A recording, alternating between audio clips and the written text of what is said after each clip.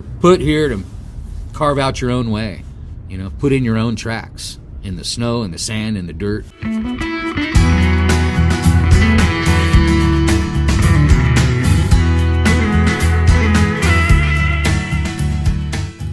This will be a video with mistakes in it, unedited, and you know what? It's just how it is right now. Unedited, it's the way it ought to be.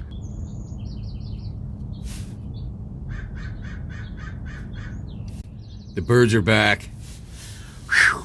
Spring is coming. Hey, I just found out I'm not alone. Not just the birds, but I'm not alone being alone. And hey, good morning. I'm still just kind of waking up here. Hey, and nobody is knocking at my door. Nobody's knocking. Hey, your rent's due. Housekeeping.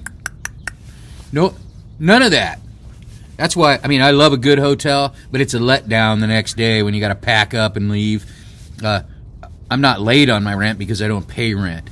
And I'm very fortunate. Yeah, I'm not recommending you live like me, old guy in a tent. And I'm not always in a tent. And I don't recommend being in a tent all the time either.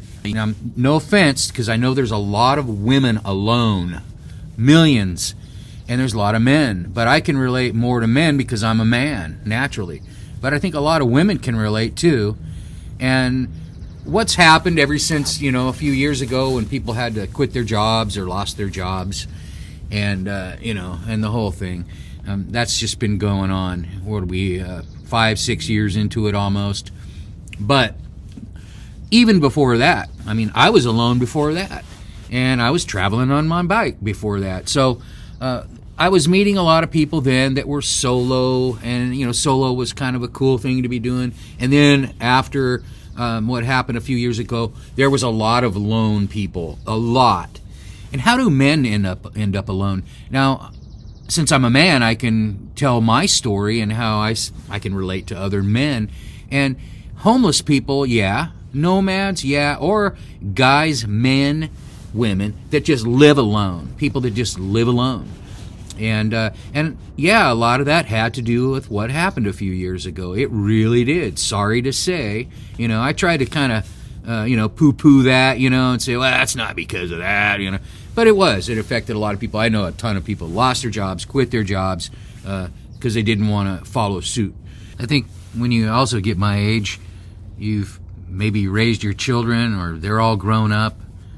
You might be single or divorced. And all of a sudden, you're kind of like, wow, all of a sudden I'm alone. Friends are all either in a different place, spread out, or whatever. And it's pretty common, I'm finding. I thought, wow, I'm kind of different, and I'm not any different than millions and millions of people.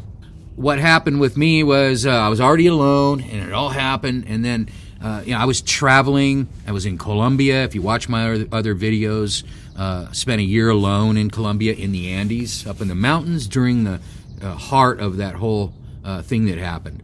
So, yeah, met a lot of people that were high up in their positions who had to go. They didn't want to follow and, what people were doing, so they just decided to quit and go their own way. A lot of them retired with a little bit of money. Some of them had nothing. Some of them lost everything. Some lost their families, their friends. And then there was a great division that happened during that time. And that really happened. And I'm not going to go into who caused that, why they're doing it, and always have. That division has been a plan, and I started to see it happen and form in my own family, my own life. Now, thank God I'm still really close to my daughters and my close loved ones and my mom. But it really, and all my old friends up in Alaska, I haven't even talked to hardly any of them and since that happened. I went to Colombia. I came back and started a different life, a whole new life. Away from the big mountain climbing every summer up in Alaska and the river guiding and the tourism thing. I'd had enough. And I knew that if I went back to it after the thing, it was just going to be weirder and wackier. So I decided, no. I think that's what happened to a lot of us. I'm describing what happened to millions and millions of people. You could probably go back there now, right? Because they're not demanding you have that now. And so you could go back and start all over and do it again. And then, but you kind of feel like, what's the point? when somebody could pull the rug out from underneath me once again.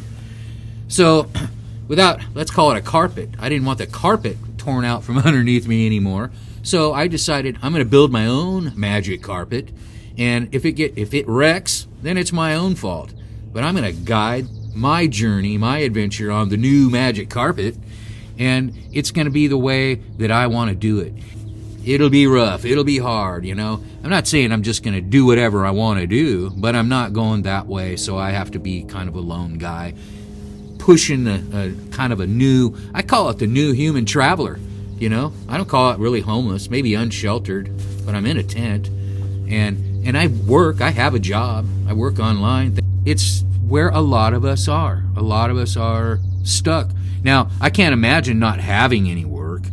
I've been through that. I'm a carpenter, so if my online stuff goes awry, I know how to pound nails. I know how to build a house. I know how to do all that. I did it in Alaska, and I did it for a long time.